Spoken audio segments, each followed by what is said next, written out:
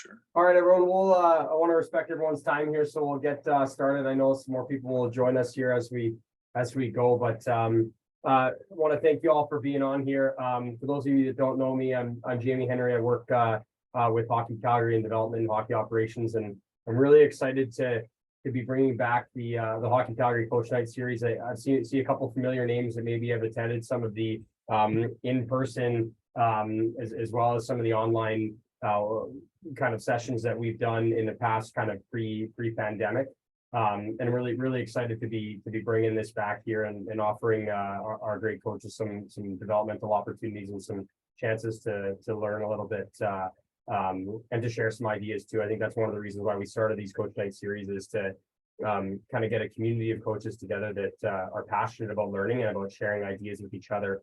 And so stay tuned for some other ones that we're going to have. I know one of the things that we did a few years ago is we did a coach night that was a pub night, where we actually hosted it at a pub and had a bunch of food and some beverages and things like that. So stay tuned for that. We'll probably plan one of those in the month of February, and we can actually get together in person and share some ideas here. So but I won't spend any more time on that.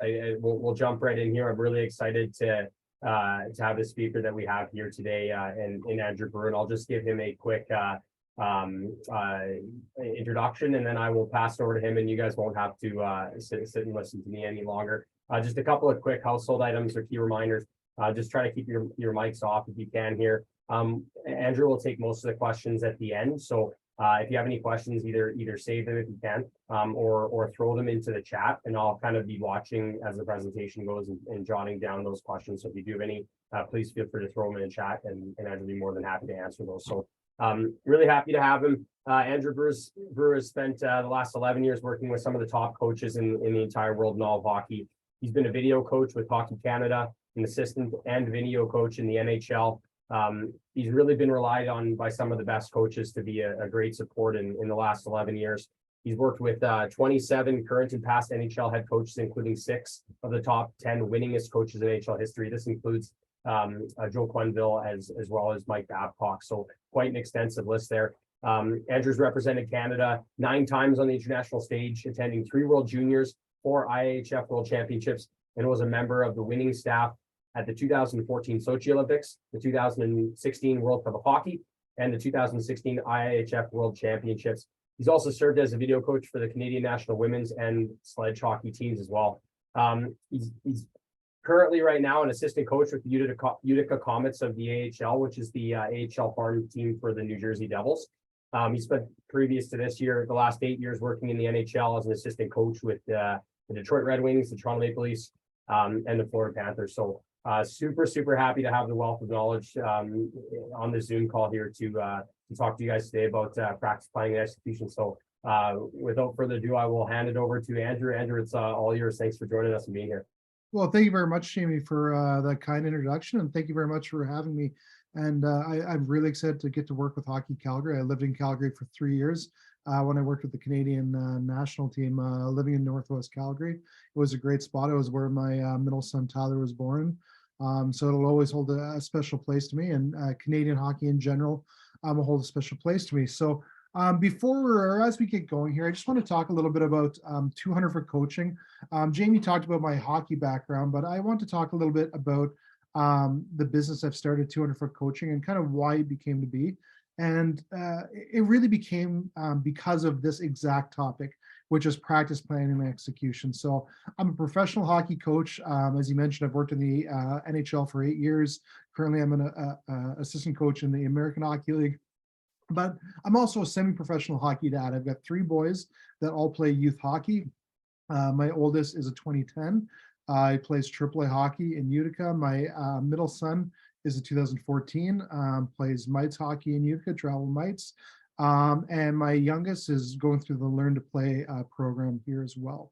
So I would be going to my kids' practices, and I'd see these habits and these things that are going on in youth hockey practices that would never be accepted at the professional hockey level. And their coaches were always the greatest people. They were the most influential people in their lives. And I remember back to when I was a kid and how influential the coaches in my lives were. But they just never had the ability or had the training to be able to know better, to do different things. So I thought that there would be an opportunity to create personalized development for youth hockey coaches, to be able to create a specific presentation like this on practice planning and execution with tips that I've learned from the 27 different NHL head coaches I've worked with. From, you can see the Sochi coaches there, Claude Julien, Mike Babcock, Lindy Ruff, and Ralph Kruger, to try and provide some of this information, some of these great things that I've learned from these coaches to the average youth hockey coach that is so valuable to the lives of the kids and the people in the community. So if you want more information about the business, it's called 200 Foot Coaching. You can go to 200footcoaching.com. And just the idea is that, like I said, it was just to try and provide personalized service. So I've always kind of believed in myself as a bit of a generalist.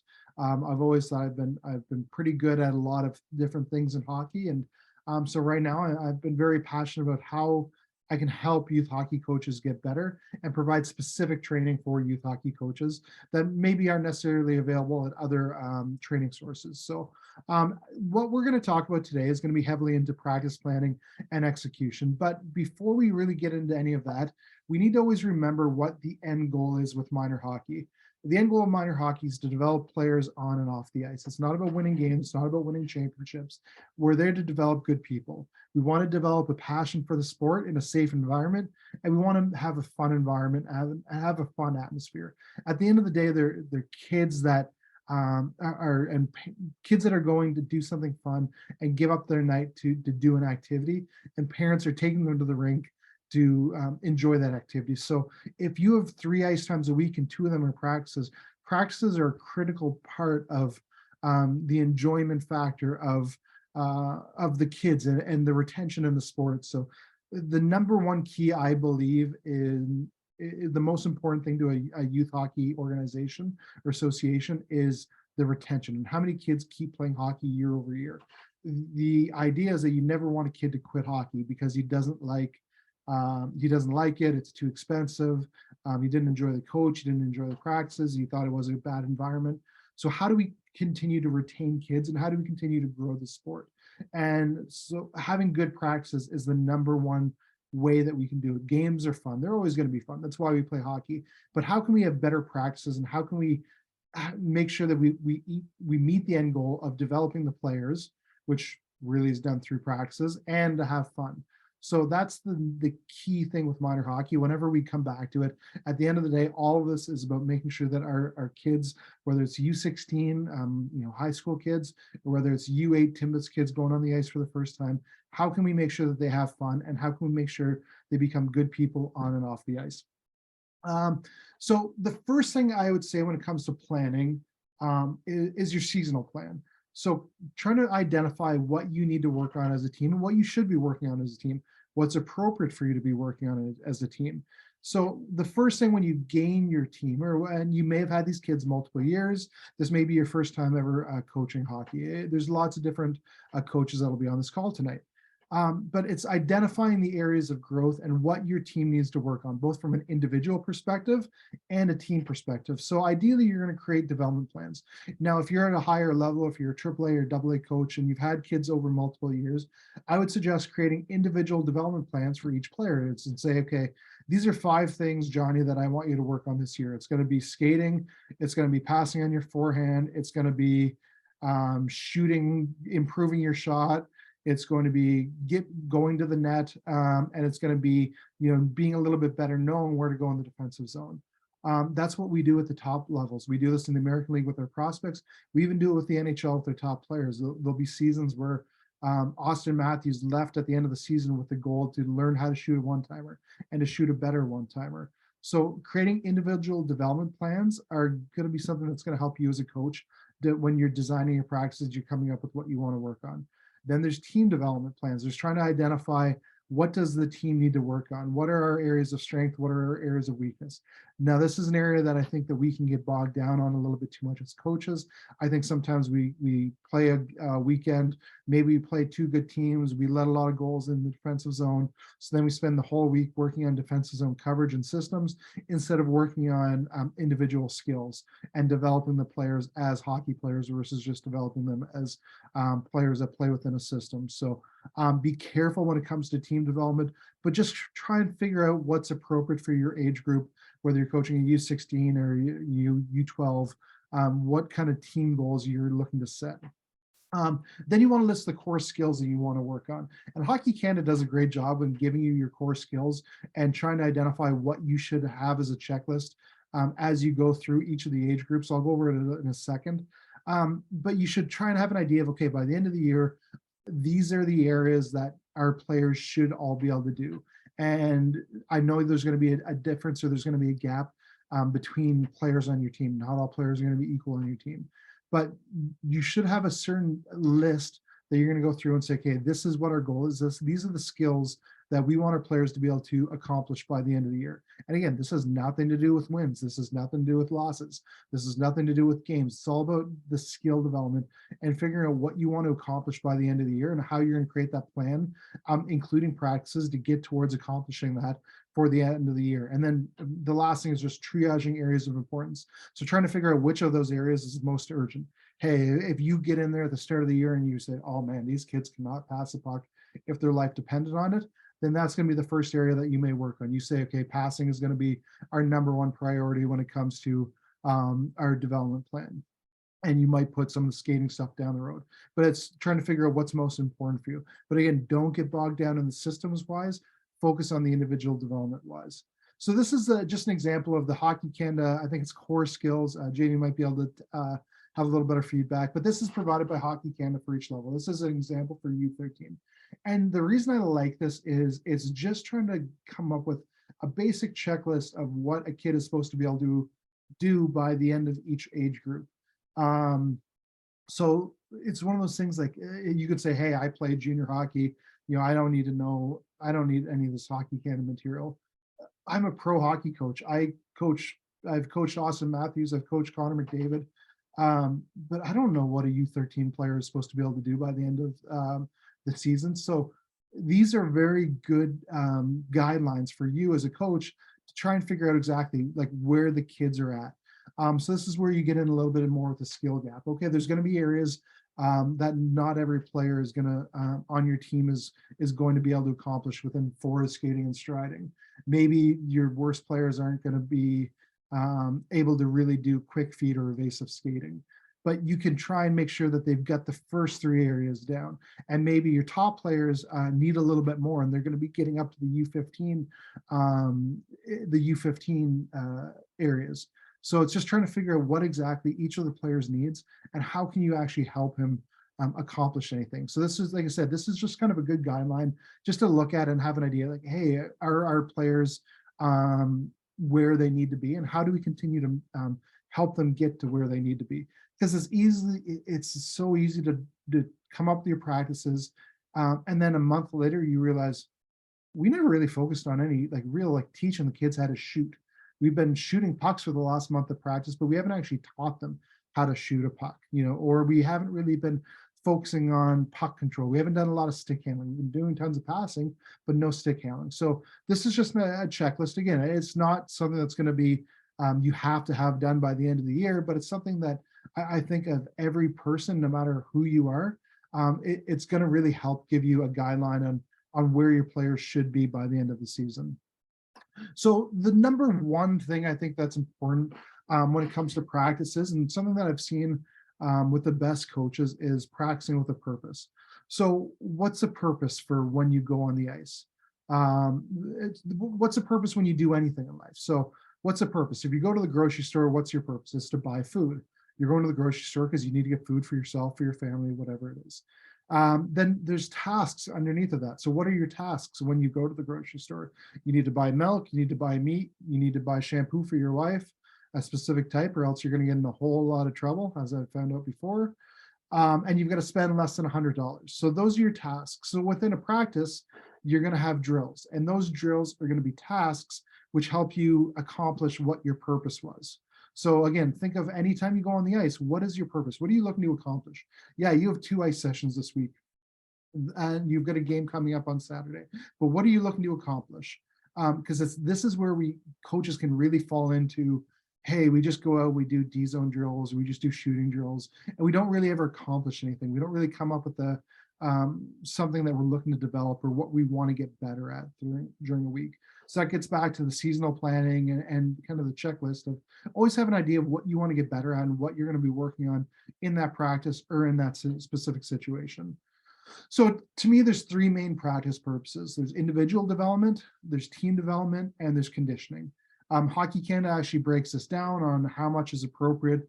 It's more on an individual development than team development and team tactics. That's what they break it down at. I put conditioning in there just from an exercise standpoint. I think that it's a little bit old school, but in the sense of that's why a lot of these kids are doing sports. You do it because you want to be active and you want to get exercise. But obviously the pyramid of individual versus team development, individual development versus team development is going to be massively different for a U8 practice and then to a American Hockey League practice. At the American Hockey League level, we do a lot of team development. Hey, we're playing the Toronto Marlies tomorrow night. We need to figure out exactly how we're going to make our power play better, how we're going to make our neutral zone better because that was an issue last night in our game. How are we going to make sure that we play well in the offensive zone? That's what we have to worry about because we have to win tomorrow night. But at an individual at an 8U level, your goal isn't to win tomorrow. When you're going to play in the Northwest or you're going out to, you're going to play at COP tomorrow night. Your goal is to help the players get better, to accomplish everything on that checklist by the end of the year. So this is where you need to really build in the individual development into all your practices. And especially, I think this is a trap that coaches fall into at the U12 and even U10U level is they try and get too much into systems and they try and get too much early. At the end of the day, I saw a practice last week and, they're working on defensive zone play and breakouts. None of them could pass a puck, but they didn't stop and do a passing drill for 10 minutes. Focus on doing the passing drill. Those are all the individual skills within a defensive zone play and within a breakout. So focus on the individual development, but focus on all 3. And everything's going to be a combination. And you're going to have periods in your season and we'll talk about that more in the seasonal planning and short-term competition, but there's going to have performance times in your schedule and there's going to be development times. And even I've worked with both the NHL and the American League. The American League, we actually even have development days where we'll break the ice into stations and we'll do stations with, hey, Simon Nemec, top prospect, 2nd overall in the NHL draft. We've got him out doing station work with all the other players. If it's good enough for this guy that went 2nd overall in the NHL draft, it's good enough for your 8U practice. You can break it into stations and get a lot of great individual specific development drills and work done with. So getting an individual development, this is about maximizing reps. Station work is fantastic. I think stations are massively underused from a team practice, especially I think coaches at the 8U level or 9U levels do a good job with them at a young age, especially as the players are smaller. But I think that we get away from them too quickly as they get older. But there's multiple stations, there's multiple coaches, and this is where you work on all the little stuff. These are where you work on the details. This is where you have a station for backhand passing. This is where you have a station for pivoting. This is where you have a station for angling. These are all the individual core skills that are needed for player growth.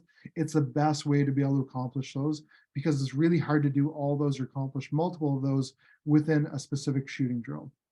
There is a lot of high planning, but there is room for new drills with this.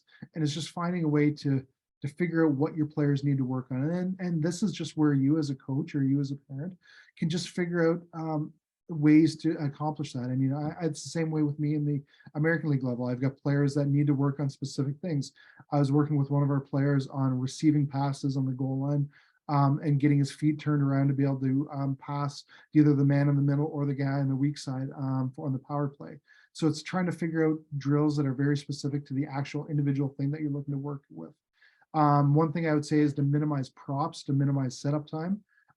Just because you're doing stations doesn't mean you have to have 40,000 pylons and PEP stuff all over the ice and sticks and passers and all that. I think you can do a lot with just limiting to smaller ice, and also have a plan for goalies. So if you are going to do an individual development day, hey, get some goalie coaches out there, have a specific plan to put them into have areas to have success. So that's something that we'll talk about as the presentation goes on. I think to be fully honest, I have my oldest two boys are goaltenders. And I've got a third boy begging to be a goalie. So I'm very passionate about the goalie side of things as well. So it's important to continue to worry about their development as well as you go through these practices. When you get into team development, this is where you want to keep drills simple to improve pace. Another thing that I think that it's gotten worse as time has gone on, coaching is trying to get too complex. Drills will be too complex. I've watched drills where I'm like, I have no idea. I'm a professional hockey coach. I have no idea what's going on. How are the 14-year-olds supposed to be able to know what's going on? Focus on drills that involve multiple players. Try to keep yourself to a 1 rep, 2 rest maximum for drills. If you're doing any more than you go once and you rest for 2, then the drill isn't good. It's not timed out right. You're not getting the most out of your ice time.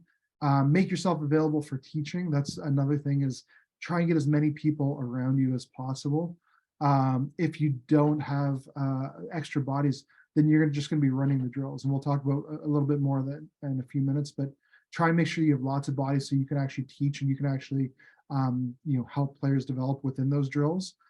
Focus on pace at the start of practice and slower drills to end.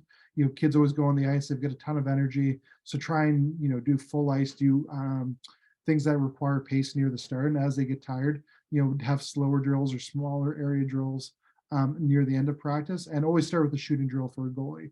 Don't go out and do 2-on-0s, 3-on-0s as your first drill, and your goalie's blowing his groin because he's going sliding across and doing 2-on-0s. So always try to include thinking about the goalies as you design your team development. So and then conditioning. So this isn't something I think you should build in time-wise into your practice. This is something that I think you should have incorporated into your practices by having well-run practices. So try to build conditioning into drills and maximize the ice available. Everyone was always begging, saying, we need full ice practices, we need full ice practices, we need full ice practices. And then I watched the full ice practice, and 3/4 of the time, they're only using half of the ice anyway, because their drills are only, they're doing in-zone drills. They want a full ice sheet because they'll do 2 skating drills up and down, and then they'll spend 30 minutes doing a D-zone drill. So try to build conditioning into drills and maximize the full ice sheet. It's 200 feet long. You can get a lot of work done just by having a player skate from one end of the ice to the other end of the ice and shoot a puck. High pace and proper planning creates better practices. So the more prepared you are and the faster you run your practices, are the better pace that they're going to have, which is going to make it harder for them, and it's going to make it more tiring for them and better conditioning for them. So better practices lead to more conditioning. Less time taking a knee, listening to you at the board leads to better practices and more conditioning.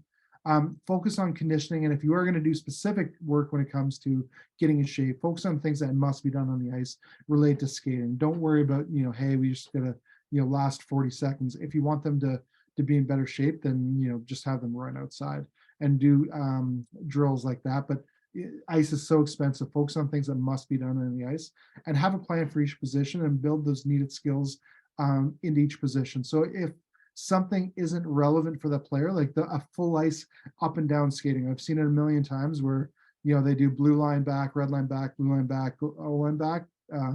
They'll do a mountain and the goalie will do it. Well, how many times in a game is a goalie ever going to skate to the red line? Well, they're not. But one thing you could do is you could tell them, okay, well, you've got to do 7 up downs or whatever it is, they've got to do 8 T pushes and 3 up downs and 4 butterfly slides, whatever it is. It's going to be something that's equally as tiring for them, but it's specific to their position. Or maybe it's defensemen need to skate backwards, or it's your forwards need to work on angling, whatever it is. Trying to actually have, if you are going to do straight conditioning, try and have a plan to make it specific for players so they can develop through it as well. So this is just an example of what a practice flow for a team would look like for me. This is, taking, I'd say, the habits of the best coaches I've worked with. You're going to start with some kind of a warm up. In the NHL and the American League, goalies will go on the ice 15, 30 minutes early. and they'll warm up, but it's good to let your goalies have a few minutes, say 5 minutes, just to do specific skating for them and specific warm up for them. And then this is where you can do individual development. Okay, forwards, you're going to work on specific skating routes. Defensemen, you're going to work on specific backward skating routes. And these are the areas where you can do individual development. Hey, grab a partner. We're going to do partner passing for 6 minutes. Or we're going to do stick handling for 6 minutes. So this is an area where you just get kind of everyone warmed up and get everyone going. The next 20 minutes, I'd say focus on pace. These are your full ice shooting drills. These are your high-low shootings. These are your full ice 3-on-2s. These are your full ice 2-on-1s, 2-on-0s, all your kind of stuff that to make you go fast. This is where you want to go fast. This is where you want to try and get the pace in your practice. Then after that, kind of as you hit the halfway point, that's when you want to get into the teaching focus. This is where you want to get into individual stations, or if you want to do structure. So you do need to do a drill specific to neutral zone teaching, D zone teaching, whatever it is. This is where you get into that portion of it as you kind of maximize the full ice. And then the last thing is cross ice, small area. Try to end with a game. Again, at the end of the day, it's about having fun. So if you can end and have them leave the ice smiling, it's just something that is so valuable when it comes to retention. Having their last moment on the ice and kind of the end of it as something fun and something that they want to come back to. They think about, okay, we did this great game. It's even grenades with little kids, and they just absolutely love it, and they can't wait to come back next week and be able to play that game and have that great experience again. So this is just an example of what I would do if I'm running a 60-minute youth hockey practice. So another thing with practices is creating and building habits. It's identifying habits within each drill to focus on. So everyone talks about practice habits and developing good habits, but it's trying to identify what habits you're going to do within each of these drills and how can you actually improve it. So one thing I've seen from top coaches is the drills are very simple. The drills that you see on Instagram aren't the drills that are being done by Joel Quenneville and Mike Babcock and Claude Julien and even Lindy Ruff or whoever you want to call it, Barry Trotz. They're not doing those fancy extra complex drills. Their drills are simple. They focus on doing less, but doing less really, really well at a really high pace. Talking about habits is having more coaches and having puck pushers and having people that can provide feedback is going to make your habits better. If you're the only person on the ice, you may only have an opportunity to speak to each player 3 times during the entire practice. Well, you can't really get on their habits if you're only speaking to them 3 times. And be an active coach, have constant feedback. Be talking to them all the time. Be active in your conversations so you can try and build good habits. It's easier to talk to someone in the moment about something than it is after the fact. Say, hey, I didn't think you did this very well in that drill. They'll forget it. I mean, half the time players come off the ice and they forget, what just happened in their shift, let alone, 20 minutes ago and 3 drills ago. So try and be an active coach, give constant feedback. So I'm going to show you an example of a drill that, we did with the Florida Panthers.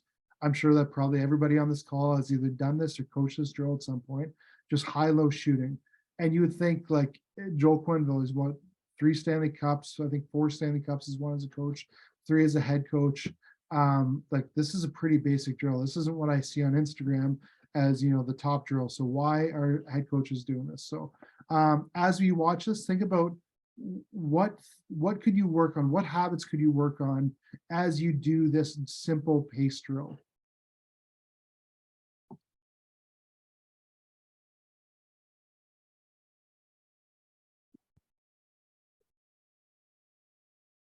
So as you see, first 2 players go, second player in each line just passes the puck. One guy goes around the close gloves, second guy goes around the top gloves. Again, not fancy, no shooting aids, just coach's gloves thrown on the ice. Do this 4 players going at a time. So if you've got 16 players on the ice, then they're going 1 in every 4 times. Yeah, so high-low shooting. Like I said, everyone's done this before. But what habits can we focus on from this drill. And you can say, okay, well, this all we're doing is, we're doing a pace drill, we're doing a shooting drill, we're warming up the goalie. Yeah, but there's a million things in this simple drill that you can work on. You're working on passing, standing still. You're working on receiving a pass in motion. You're working on timing with passing, trying to figure out, when to leave, when's appropriate to pass, when I need to leave compared to, when the next player is leaving, so I don't run into them. Hitting the net with your shot, stopping at the net when you shoot a puck, not over stick handling, so you can go faster through the neutral zone. Puck placement while skating. Are you pushing it ahead of you or are you pushing it to the side? How do you have two hands on your stick? Do you have one hand on your stick? How are you shooting the puck? Are you shooting high? Are you shooting low? Are you changing the angle of your attack? There's a million different things you can focus on this ultra simple drill.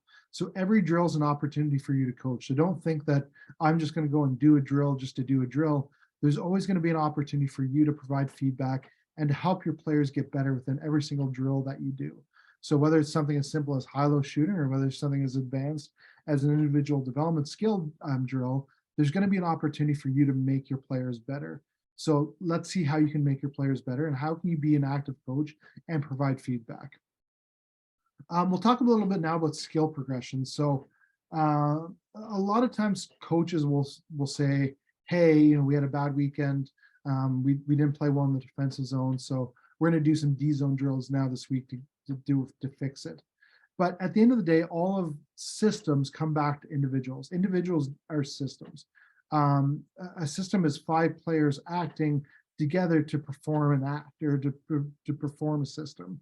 So always start with the individual skill. So I'll just use defensive zone play as an example, because it's something I think coaches overreact to the most. So if you want to start with individual skills, it's separating the player from the puck. It's your stick positioning with your stick and your feet. It's your skating, it's your angling. It's all those details that go into playing in the defensive zone that you can need to improve before you need to worry about where they specifically stand. And the next thing you can do, you don't go from, okay, we're going to work on separating the player from the puck to, okay, now we're going to 5 in the dice. No, now you want to work on progressing. How do you defend one-on-one? If it's just me versus Jamie, who's going to come up with that puck? And how do I defend him? How do I defend him when he's coming at me and I'm standing still? How do I defend him when I'm skating forward? How do I defend him when I'm skating backwards? How do I defend a 2-on-1? How do I defend a 2-on-2? There's lots of individual aspects of defending that you need to learn about before you worry about the actual 5-man, you stand here, you stand here, you stand here. Yeah, I can allow less players because I'll park the bus, I'll put all my 5 players in the slot and, we'll give up less chances. Great. But you're not actually making your players better. You're not helping them get better. You're not developing them to actually learn how to defend better. So after you've done the individual skills, after you've done the individual defending and growing on that, now you want to get into team structure and now you want to get into basic structure. As you get a little bit older, yeah, you might get a little bit more complex, but just focus on very basic things. I always say run a zone defense. As a young or as with a younger team, just to have players come back, defense, hey, left defense stays on one side, right defense stays on one side, basic habits, come back, stop in the slot, left winger will pressure over to the boards, focus on very basic things, but put way more time into the individual skills and the individual defending or the individual offense aspect of it before you get into the actual team structure. Everyone likes to jump ahead to the team structure. Hey, we're going to do 5 players. We're going to, teach D-zone systems today, but focus on all the little things that go into defending before you actually get into the actual systems and the actual, hey, you should have been standing here, you should have been standing here, and so on. Now a little bit about drill design. So one of the things that I find a lot of coaches do is they always try to come up with too many new drills and they make it way more complicated than it needs to be. So keep your drill library small. NHL coaches that I've worked with only have about 25 core drills. So a lot of their practices are saying, okay, now we're doing jimmies. Okay, now we're doing 3-and-2 continuous. Now we're doing 2-on-1 pace. All right, now we're doing the D retriever. So coaches have core drills that they'll do for whatever reason. They'll have multiple, every coach has their own different core drills. but they'll have a basic amount of them, and that'll be, say, 60 to 70% of the practices. Because if you do things over and over again, then you can do them faster, and then you can do them better. And then everyone understands what they're doing, so they're not going slow because they're thinking. So don't feel like you need to come up with a new drill every single week. It's perfectly fine to redo drills over and over again, but make sure that your drills do have a purpose and do have a focus. So we do a drill, we call it tappy tap. In Florida, we call it brownie. It's just a warm-up drill. It's just passing, but there's a specific focus on putt touching, facing the puck, warm-up shooting, that when you're designing your practice, you're saying, okay, I want a warm-up shooting drill. We need to improve our execution, and our passing was bad last game. So let's make sure we're doing three drills, pace drills are going to be heavy in passing. And then we're going to get into our team structure. So don't overdo your structure. Again, we're in the development business. Your job as a AA coach is to create AAA players. Your job as a AAA coach is to develop players to play at the next level, to play junior hockey. And ultimately, our job as coaches is to provide a safe and fun environment for our kids to play. So always remember that with your drill design, we're in the development business, and we're always continuously focusing on development and try and keep them as simple as possible and game-like as possible. Coaches don't pass anyone in the game. There's not pylons on the ice in the game. So try and keep it as kind of clean as possible. So these are a couple of drills that I've done. 3-on-2 half ice quick hit is a drill that we would do in Florida almost every morning skate. It's literally just a 3-on-2 half ice starting, and then 3-on-2 bread and butter B&B. It's a drill that I think every team that I've worked with has done in a certain aspect. It's a simple drill. You've probably done a lot of these drills again yourself, but these are drills that are done every day at the NHL level. They're done fast. They're done with execution. If you want to teach, find areas to teach out of them, but you don't need to make it more complicated. You don't need to come up with a new drill every week, because that's going to slow you down. It's going to lead to worse execution for your players. Just a couple more drills, one-on-one drills, one-on-one can to cup, just out of the middle, one-on-one angling, just working on your feet, deep passing, one-on-one, two-on-two battle. I mean, every team I've worked with has done some version of a one-on-one, two-on-two, and enclosed spaces. So these drills don't have to be ultimately too complex. How can you make them accomplish what you want to accomplish and make it as simple as possible so your players can understand and do it at the fastest pace as possible? One of the areas that I've been asked to talk about is just maximizing ice time. I think this is something that it's part of our hockey culture that I think we really need to change, is that we always believe that we're too good to share ice. We're too good to practice with another team. Hey, I'm a AAA team. I don't want to be on the ice with the AA team. Or, I'm a 2010 AAA, and, I don't want to share an ice with 2011 AAA. But at the end of the day, ice is $300 plus an hour. It's expensive. It's hard to come by. There's never enough of it. And sharing ice is the number one way that we can get more bang for your buck, either by lowering the cost, by associations giving you shared ice versus giving you your own ice, or just by going from 2 practices a week to 3 practices a week. I'd rather have 3 hours of ice a week with a shared practice than only having 2 hours of ice a week, because 1 hour of half ice is way better than an hour of off ice. So how can you maximize your ice time? If you can come up with a plan where you're going to every week you're going to share with another team, it's so worth it. It's so valuable to be able to get that extra ice time. Shared ice is better than early morning ice. Early morning ice is not ideal when it comes to retention. Parents hate it. Kids in general don't like it. So if you can get an opportunity, give me half ice at 6 o'clock all day over early morning ice. You can work together. Just because I'm on the ice with the 2011, I'm a 2010 AAA coach, and we're sharing with the 2011 AAAs, doesn't mean we can't work together. Doesn't mean we have to, you stay on your side of the red line, I stay on my side. If the pucks cross over, we'll divvy it out at the end of practice, make sure we come out even. Like, that's not the way it needs to work. Like, our AHL players go on the ice with NHL players. You can run combined ice sessions. Yeah, at the end of the day, it's going to be better for the 2011 kids than the 2010 kids because they'll be pushed more. Yeah, absolutely. But then you should also do a session if you're the 2010 coach dealing with the 2009 kids. So then they get pushed. So there's an opportunity to work together with the different teams within your association, different teams within your age groups to maybe you're a double A coach and you need a few extra players. Well, hey, if you can get to know some of the single A players because you're going to have them out of your practice, every second week or whatever it is. There's just so much value in maximizing your ice time and getting more ice time. And if we can give more ice, more bang for the bucks, it's going to give even better retention. So just an example of how that would actually work. Like, again, if it were me, I would go with for shared ice time.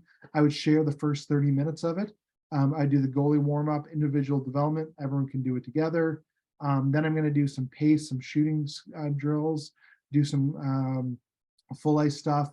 Everything is going to be shared for that. Everyone can do it the same way. Or you can even get into station work right now. But again, do shared station work. Then you can get into split ice sessions. Now you can, if you want to do half ice stuff, now you can run your cross ice 3-on-3. Now you can do your individual stations. Now you can do anything team related. And then even anything fun. But there's no reason you can't work together. There's not that much of a skill chasm between a 2011 AAA player and a 2010 AAA player. As long as you're not putting kids in unsafe situations, it's worthwhile for them to be able to get that extra ice. As many extra minutes that we can find for these kids on the ice without adding $300 an hour is so valuable. So whatever you can do as a coach, make sure that you're getting as much ice, making sure that you're not treating the other team as an enemy. Like, we're all part of the same association. We're all kind of working towards the end goal, which is making sure the kids get better and have fun. So let's share the ice. Let's be a little more civil to each other. That's one of the culture areas that I think that we can really improve on in hockey. And, it starts with us as coaches, that we can get along better with each other. So it doesn't have to be such a fight over the red line. Just an example for stations. Again, I've talked a lot about stations. I'm really passionate about stations. I think they're so important in the sense that I think that they're underused, especially in the U14 to U9, kind of that 9-year-old to 14-year-old level. I think that we get away from them too early. I think there's a lot of ways that we can do individual development work way better. You can do 4 stations, you can do 6 stations, you can do kind of anything. You're maximizing the ice rather than doing 3-on-3 in one end where 6 players are going and you're only using 1/3 of the ice. If you do station work like this, something you can have 30 kids on the ice that are going every second rep versus 18 kids that are going every 4th rep or every 3rd rep. So you can really get them moving and get way better sessions by splitting up the ice and using stations. And you can maximize if you are sharing ice, stations make it way easier to be able to handle more kids on the ice. So the more kids on the ice, the better stations are, because you can really keep that. Your ideal at youth, I think, is 2-to-1 or like 1-to-1, basically 1 rest, 1 go. Because I think, kids have energy to keep going, but you never want to get past the 1 you go and rest for 2. So if you have 30 kids out there and you're running 1 session, you got to get into stations, because that's the only way you're going to be able to really keep them going and keep them active, or else there's going to be a whole lot of standing around and not really accomplishing much within your hour ice block. Another area that I think that coaches at the minor hockey level can be way better at is when it comes to practice execution. The biggest difference I've seen between NHL practices and youth hockey practices is the amount of time that coaches spend at a board. And I know that, hey, they're pro players, they're smarter, they do the same drills, blah, blah, blah. But on average, I'd say an NHL or an AHL coach spends, Mike Babcock might spend 2 minutes of practice at the board. Coaches that go a little bit more often may spend up to 4 minutes of practice at the board. But I'd say a lot of minor hockey coaches will spend up to 8 to 10 minutes of practice at the board explaining drills. So minimize that amount of time at the board, because it's just wasted ice time. There's opportunities to talk off the ice. Let's try and keep the kids moving and keep the kids active when they're on the ice. Have multiple drills between the board or water breaks. Ideally, you're going at least 2 drills, and that's where, hey, you may need to bring them in to explain 1 drill, but the second drill that you're going to do is something that they understand, um, and then they can just go right away. If possible, minimize puck movement, have fewer pucks. The easiest thing to make your practices better is have fewer pucks on the ice. The kids will be screwing around with them less when they're waiting in line, and they'll value that puck more because they know that, hey, I can't shoot that puck away, or I can't fire it at my buddy because I need it to go in the next rep, or else the coach is going to get mad at me. So have fewer pucks on the ice. At most, I'd say 2 pucks per player is kind of the number you want to get at.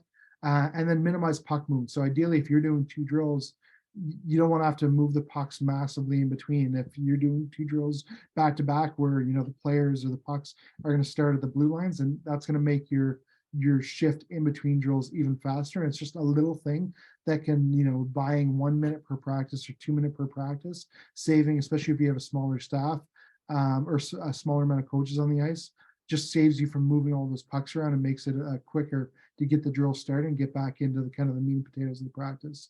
Minimize items on the ice. As I said, NHL coaches use pucks. They will sometimes use pylons and mostly will use gloves. I don't think I've ever been on a pro ice surface, or in a pro actual practice where I've seen anything beyond a pylon, or a glove. Occasionally, when they do skill development, I'm sure everyone's seen those dummies that kind of look like a person that they'll use as shooting through, but those are used for on rare occasions and not very often. So keep the toys to a minimum, and then be aware of jersey color if you can. It really helps your drills. Just having players in different color jerseys. If you're going to have lines, splitting up your forwards in 2 different colors, having your defensemen in 1 color, just makes things a little bit easier and makes their player understanding a little bit better as they go through the drills. Active coaching. Each drill, every coach should have a defined responsibility. So if you're saying, hey, okay, in this drill, I'm going to be the one that's actually going to be dumping the pucks. I'm going to be the one that's actually coaching. Bill, I want you to actually make sure that all the defensemen are facing the puck. So if a kid doesn't face the puck, you talk to him about that. Nick, you're going to go through and say, okay, all the forwards, if they're not shooting, if they're not looking for the teammates, you're going to talk to them about that. You're going to be running the activity, you're going to be providing active feedback. So that's where having the extra bodies on the ice is really valuable, because you can provide if you're running the activity, it's hard to provide feedback, because you're worried about dumping the puck in or making sure the drill runs smoothly. So you want to try and make sure that you have enough coaches that they can run a drill, they can dump a puck, they can blow a whistle, and you can actually coach the drills and help the kids get better. Have defined responsibilities within your staff if possible. Again, I know that, hey, you're coaching 9U Timbits hockey. You don't have to have a forward coach and a defense coach necessarily, but as you get older, try and make sure that you always have someone that's going to be working with those specific areas and is always kind of focused and has the interest of those players at heart. When it comes to practice preparation, communication is so important. Make sure your team knows the details. Make sure your coaches have a plan. Ideally, if you're using some kind of practice plan software, it's valuable because you can send the practice plan beforehand to either the parents or at least the coaches, so they know exactly what's happening. Coaches know what the drills are. If they don't know what the drill is, then they can ask a question, okay, how does this work? What do I need to do for it? So that you don't have to explain it to them on the ice. They know where the pucks are going to go. Hey, on this drill, on 3-dot shooting, pucks are going to be in the 4 corners. Then we're going to do tappy tap, and those pucks are going to be the 4 blues for that. So they understand that where the pucks are going to go for that. Maximize ice, make sure your players are ready 5 minutes before. Just little things like that, just having that as a habit for your team. That's the understanding that the players will be ready. If we've got a 6 o'clock practice, they're expected to be dressed and ready at 5:55. 5 o'clock practice starts at 5:01. It doesn't start at 5:05. Again, another one of my pet peeves is you go to a practice, everyone complains, I need full ice. Everyone complains, I don't get enough ice. And then their ice session starts at 6 o'clock and it's 6:06, and the players are still skating around, going and shooting pucks, and the coaches are talking about what they're doing for practice and figuring out what they're doing for practice. So buying those 5 extra minutes for every practice makes such a huge difference. Minimize board time, as we talked about, multiple drills in a row. And just remember, ice costs roughly $5 a minute. So time is money. So if you spend 5 minutes at, or so let's say 4 extra minutes at a board that isn't necessary for every practice, or you start 4 minutes late for every practice because you're not prepared as a coach and you're not ready to start on time and you allow your players to show up late, you're literally taking a $20 bill and lighting it on fire in front of your parents. So how can you make it as effective as possible? If it's ice costs so much money, how can we make sure that we're using every single second? And what happens, and it's terrible, but you're not prepared at the start of it. So then the Zamboni's trying to get out at 5:52, and you haven't picked up a puck, and you're talking to the players again, and the Zamboni guy's picking up the pucks because he needs to get going because the next ice sheet is waiting, or the next team is waiting to get out there. So be respectful of the time that you have. Be prepared to start as soon as your practice a lot of times starts, and being prepared really makes a difference for that. So I'll tell a little story now, quick, about practice preparation and the importance of preparation. A lot of you may recognize an arena. I'm not sure the exact rink, but I do know it's in, I think it's Southwest Calgary. So I was as Jamie mentioned, I was part of the coaching staff for the 2014 Olympic team. And long story short, because of insurance, we couldn't have an on-ice training camp. In 2009, before the Vancouver Olympics, they had an on-ice training camp where they had basically 60 of the top Canadian NHLers.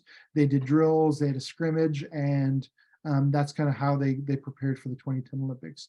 In 2014, because of insurance, it was going to cost about $2 million an hour in insurance costs to be able to do that training camp. So we weren't allowed to do it. So Mike Babcock called me one day and he said, well, what if we go to like a tennis court and we do like a football walkthrough? I was like, well, why don't we just do it at Winsport? Because, the building was there, and, we'll just put, we'll put the floor down and we'll tape lines down. He goes, oh, that's a great idea. And then I'm like, oh crap, what did I just commit to? So long story short, we ended up playing the most expensive ball hockey game in hockey history. So we had 60 of the top Canadian NHLers. We brought them in, and instead of going on ice for practices, which would have cost $2 million an hour in insurance, we did a walkthrough with ball hockey.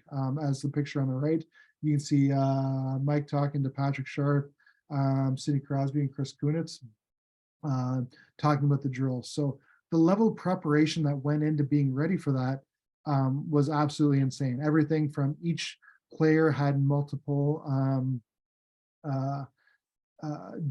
t-shirts. Sorry, they had red, white, and black t-shirts with their names and numbers on the back, so different line colors. They had specific sneakers that they were supposed to wear. We actually had to spend a ton of money on tape to be able to tape down the lines, and to be able to have lines on the ice, because it was a fiberglass flooring and just regular tape would lift up, and that wasn't safe. So I actually went around to all the different stores. I went out to the Mills Mall, and I was feeling that pro hockey life, going through and figuring out which ball hockey ball is the softest. So if Sid gets whacked in the shins with the ball hockey ball, so he won't get hurt. So there's all of that, but then the coaches as well, they've never run a ball hockey practice. They've never run a walkthrough before. So what we did is we decided to grab the University of Calgary men's hockey team, who was in town for at the time, and they decided to run a walkthrough of the walkthrough with the University of Calgary men's hockey team. So the practice plan that they designed, that they were going to run on Thursday with Crosby and Getzlaff and Shea Weber and Carey Price, they were going to run on Tuesday with the University of Calgary team. So we go to this rink in Calgary, and they run this entire practice. It's the middle of August. It's really hot, and what they realize is that you can't do full ice drills when you're playing ball hockey, because it's one thing to skate 200 feet, it's another thing to run 200 feet. So they absolutely begged the life out of this University of Calgary hockey team, who happened to have a kegger the night before, by making them run up and down this minor hockey rink for these drills. So then once they realized that, hey, we can't do the drills like this, they completely revamped all the drills that they were going to do, and they did it different. So when Sydney showed up on Wednesday, he went on the out on the sheet for Thursday. Everything was exactly prepared and everything was ready. So he had the best experience possible. He didn't do anything that was unsafe to him. He didn't do anything that was too hard for him. We had everything prepared to a T, and the level of detail that we went to make sure that that experience was exactly what we wanted it to be. So the level of detail that goes into planning a practice, I mean, obviously that's the highest level, a little bit of craziness, but it's still, you need to put time into preparation for you as coaches. It's not good enough to just show up and on the first minute on the ice, figure out what you're going to do. How do you actually communicate what your plan is with your coaches, and how do you make sure that you have a plan and you're as prepared as possible so you can put the players in the best situations to have success. I'll just touch quick on practice plan software. I believe Hockey Calgary's got a partnership with Coach Them. If not, it's also a software that I believe in. It's something I've used in the NHL and the American League now.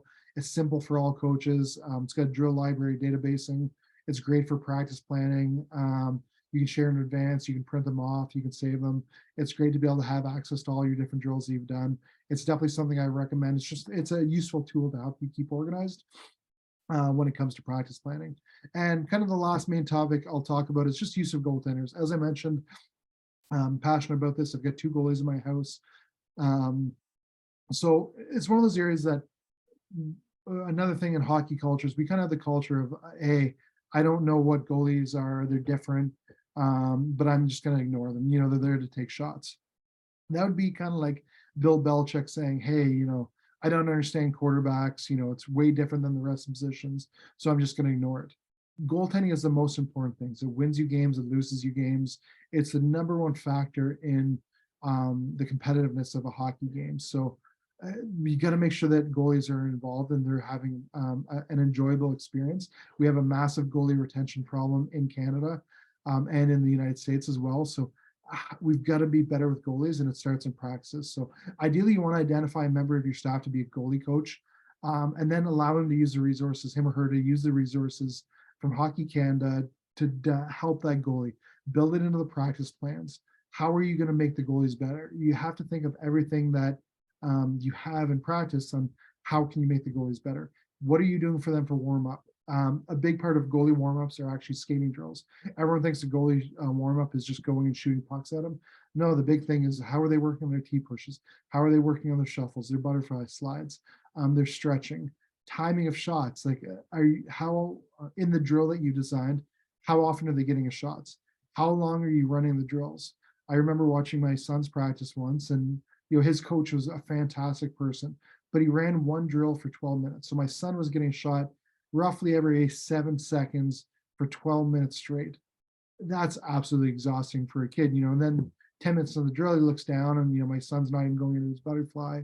He's just kind of standing there. It's like, it just wasn't good timing. Yeah, players go 1 in every 4, but goalie's going in every single one. So he develops a lot of bad habits in that drill. So how are you managing the length of your drills so it's not too exhausting for goalies? Because remember, chances are they go on every single rep. Shot locations, how can you make it most game-like? A lot of teams will do a lot of shots right down the middle. Well, realistically, players, they don't get a lot of shots right down the middle. They get them more down the dot line or down the flank. So how can you incorporate those game-like shots into your game? Because a shot down the middle is fairly easy for the goalie because he knows where his net is. A shot down the dot lane is harder because he's going to find his net, and there's a better chance that he can get off his angle. Games, how can you have games that goalies can win?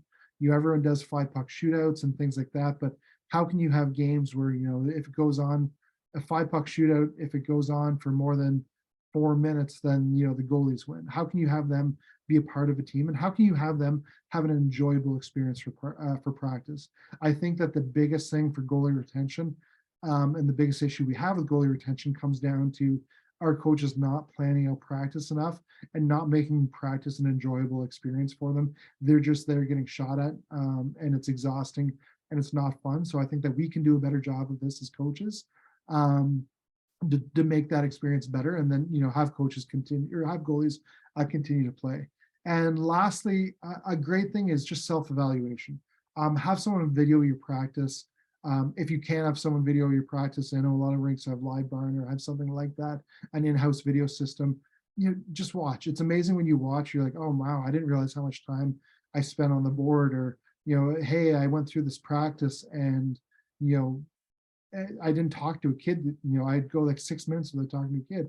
I would just stand there. Or, hey, this drill that I did, wow, that didn't work at all. Like, I thought it seemed like a good idea, but then when I watched, it's like, wow, this was really bad. But so you can find areas to improve. You can always look to improve. We use video with our players and areas to improve, and it's a great tool for you as well. So that's something that if you're a little more into it, that's something that I think you could do to just continue to self-evaluate and look for areas you can improve on. So I apologize for kind of the quick talking and blowing through a lot of different subjects, but there's a lot I want to talk about. And like I said, this is an area that I think that is really important for coaches, because I think it's the number one area that keeps players coming back to the sport, is creating good experience practices. If games are going to be a third of their total ice touches, how can we make those other experiences better, and how can we make our practices better, both from an individual development perspective and a fun perspective, to make it better for the kids. So at this point, I guess we'll open it up to any questions. If anyone has any questions, thoughts, anything kind of related to practice planning, or anything you want to ask, feel free to let me know. Yeah, feel free, everyone, to just if you do have any questions, to throw it into the chat function there, and then we can get Andrew to ask or answer those. I will make a note here, as if anybody's typing anything out right now. The software, drill drawing software that Andrew showed, as he was correct, we have a partnership with Coach Them at Hockey Calgary that gives our associations discounted access to Coach Them. So if you currently do not have access to Coach Them, it is an association related decision. So feel free to go and talk to your association about potentially getting access, because there's a lot of great stuff there. It's a time saver too. Once there's a drill database that you can steal drills from, or steal and then edit. But once you create your stuff, as Andrew was saying, if you get a list of core drills that you use, practice planning becomes a lot easier than even writing it out on a piece of paper, right? So you'll save a ton of time. I'll start off with a question here, Andrew. I got one. You talk a little bit about kind of the skill gap between different players, and how it's not that bad, and that we should be working with other teams and other types of players. I guarantee all these coaches have probably heard it from parents about how, whether it's real or perceived, that skill gap can be quite wide, I guess. And in terms of, do you have any tips or tricks of how you might address some of those gaps in players in a station environment or a drill environment? That you and I have talked offline about how you sometimes run some of the scratches skates at the end of your practices, and if you've got a player there that's maybe just coming back from injured, but they might be way more skilled than your healthy scratches, for instance, how do you design, or do you have any good tricks for how you can challenge those players appropriately to their skill level? So that's a great question. And that's where I think the first thing is stations.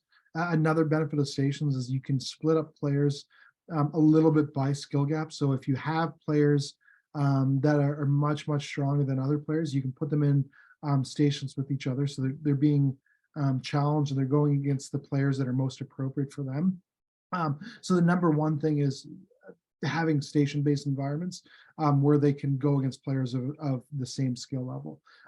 Next thing is, it's never as bad as you think it is. So even like the worst player on an NHL team is still this, there's still a reason why they're at that league, especially at the competitive levels, even in youth hockey.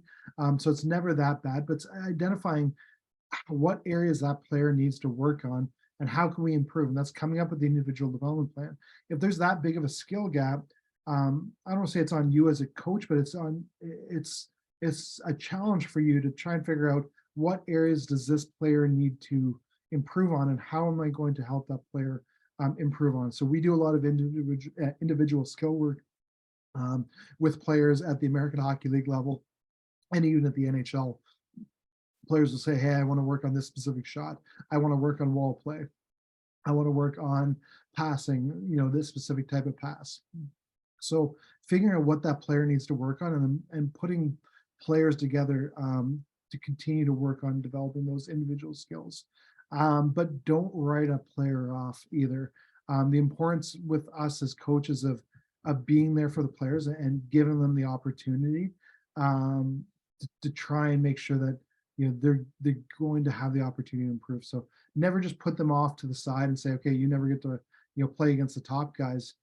It's amazing how they can be challenged and how players will kind of rise to that challenge. So come up with an individual development plan, make them better, work in stations, so then you can try and gap them out a little bit to make sure that they're getting a little bit more competitive play, and then just figure out ways to get them better and to be able to close that gap without hurting your kids. And then also that gets back to the kind of the core skills is identify what areas that your top players need to work on, and maybe where they can even go beyond what is kind of what you thought would be appropriate at that level, and have them work on those skills when your players at the lower levels are working on skills that may be more basic or more expected for, say, the U13 level or whatever level you're coaching. Awesome. Thanks for that, Andrew. We got a couple things have come in. First of all, a couple good comments about the station concepts and the importance of that. A question was asked about slides being available. Dallas, this whole presentation is being recorded and will be available for you to watch afterwards and look back at this information. And then a question that's come in is for specifically to maybe U11 kids. So this is our kind of 9 and 10-year-olds in Calgary. What do you think kind of appropriate repetition time would be? So time doing a rep versus the time running a drill. Like how long do you run a drill for?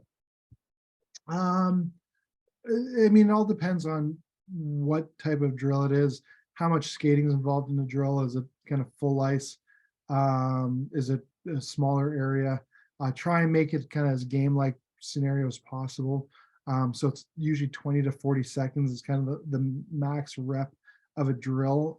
If you're doing a 3-on-3 game, sometimes you'll go kind of as long as 40 seconds, which is your average shift length. If it's just a shooting drill, a lot of times that'll be 10 to 20 seconds, where you're just trying to get a lot of people going in a shorter experience. So I don't think there's any kind of magic answer, but as you go on, or as the practice starts, I'd say try and get as many kids moving as quickly as possible. And then as it goes on, then you can try and get a little bit more slow. That's when you can kind of slow it down, have them maybe go a little bit longer, have them go for 40 seconds, and then have 2 minutes off.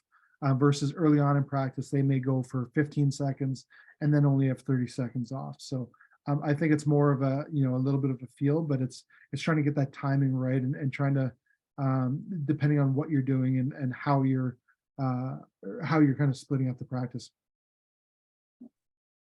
Awesome. Do you pre-ice any your teams, and do you think that that's appropriate? And if so, at what age is it would you want to show them the first drill in the locker room so you can save some of that expensive time that we talked about?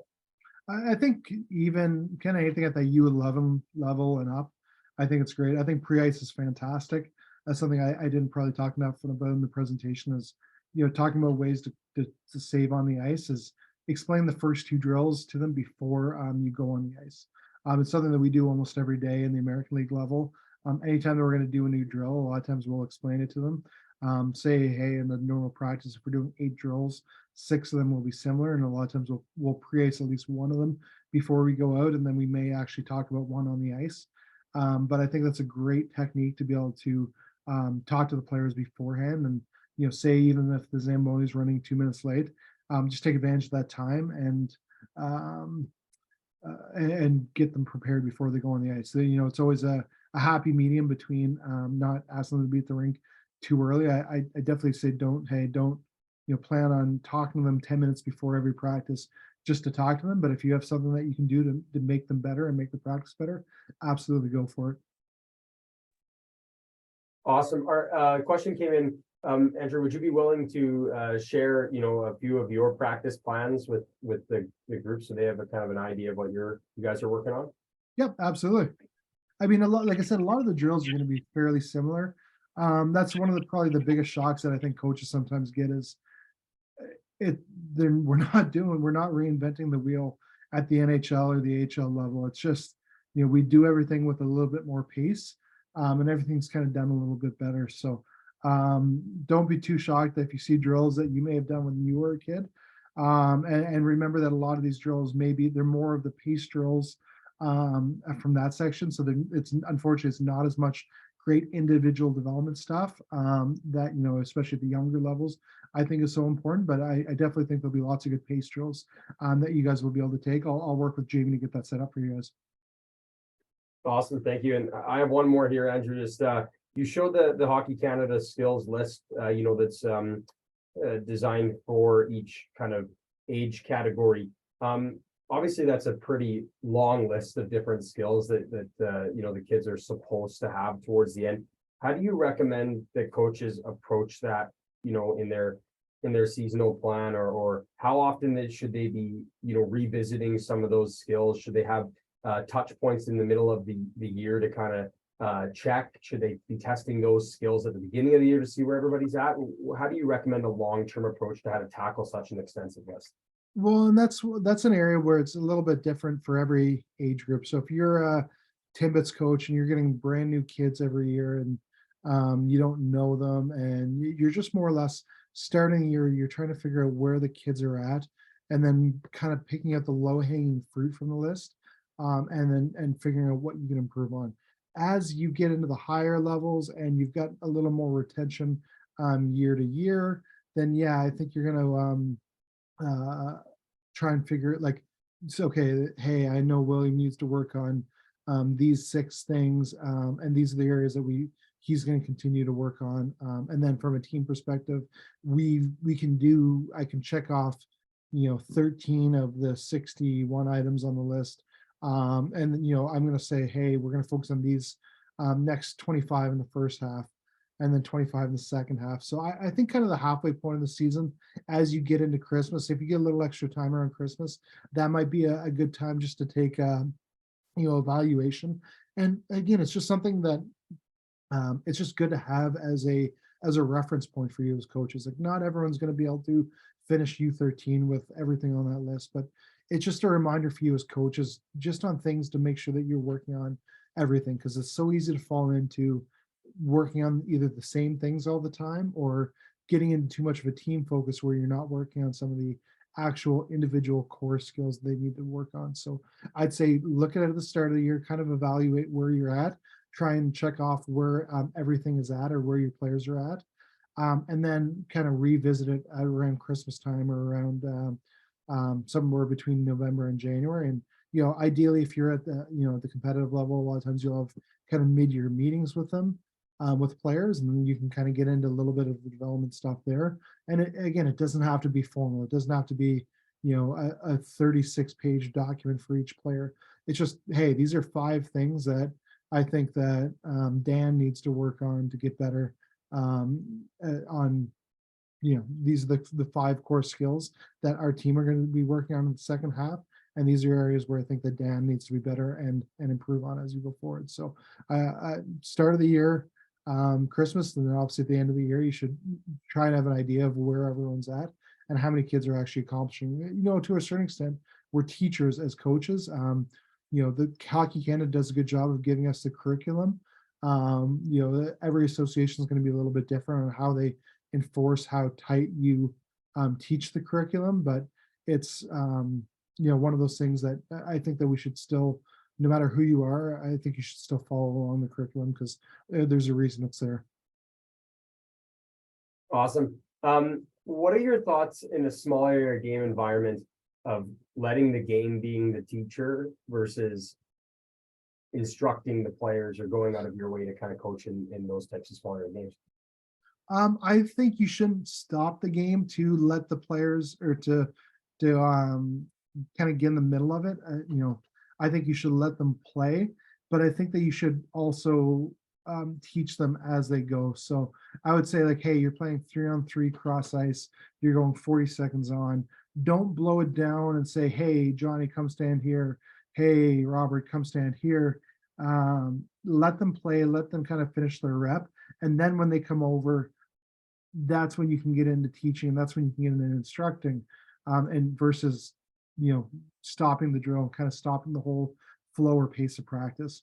So yeah, I think there's a little bit of a happy medium, but I definitely do think you have to be an active coach out there, and not just, letting the individual drill, do it. If there's something that you think that you can give feedback on and help them improve it, then I think it's up to you to give them feedback if you think it'll be constructive for them. And last question here, Andrew, thank you very much for your time. Just a little question about your personal journey here. How did you get into professional coaching at an elite level?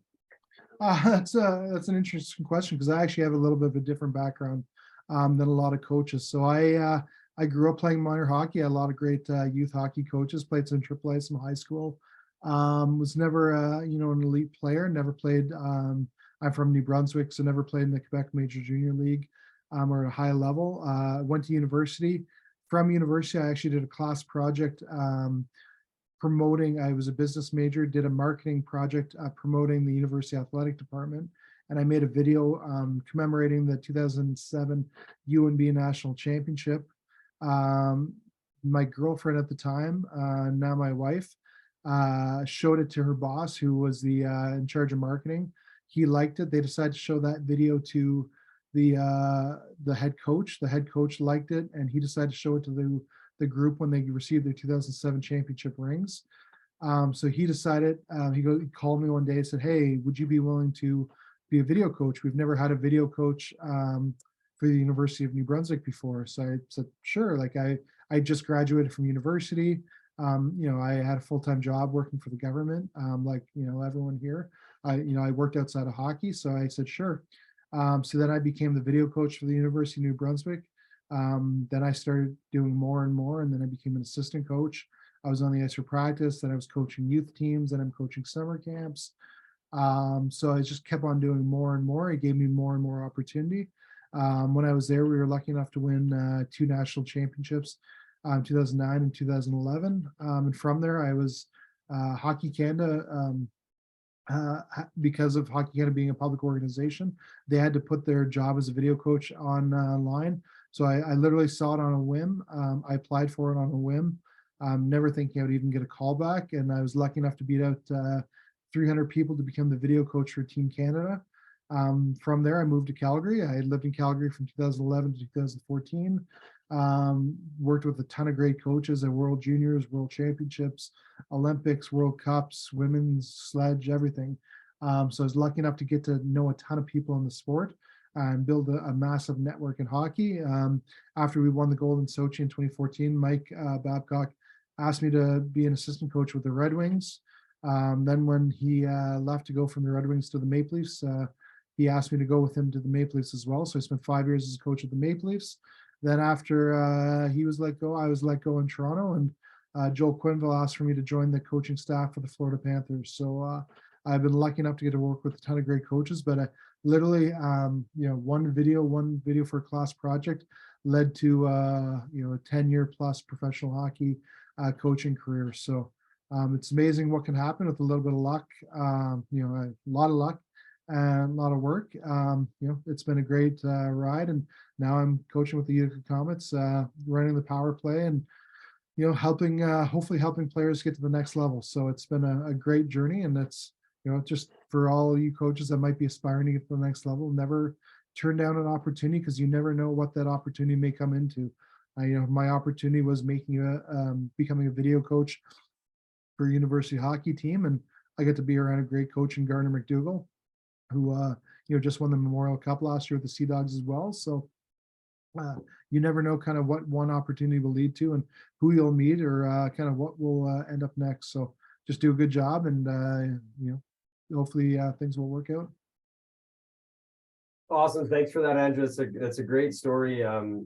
Just shows, it's the hard work and, the right timing too, right? But that's great. It shows how amazing of a coach you are, and have grown as well in your time. I just want to thank you on behalf of all the coaches on the call here, and all the coaches that I know are going to watch this video, and all of Hockey Calgary. Thank you so much for taking the time here to present to this group, and to give us some insights on how to better plan our practices, and in turn create a better hockey experience for the kids. So for all the coaches that are on here, we have another one of these coming up with Andrew. Join us again in 2 weeks time from today, in December 15th at 6 o'clock as well. Andrew's going to be talking about game and tournament preparation. So that's kind of a nice fun topic as well, heading into, tournament season and things like that. So thank you, Andrew, very much for your time. We really appreciate your insights. Thanks for having me, and good luck. Hopefully you get a Chinook and warms up a little bit out there for you. Yeah, thanks, Andrew. Appreciate it. Have a great night, coaches. Thanks a lot. Thanks, everyone. Good luck.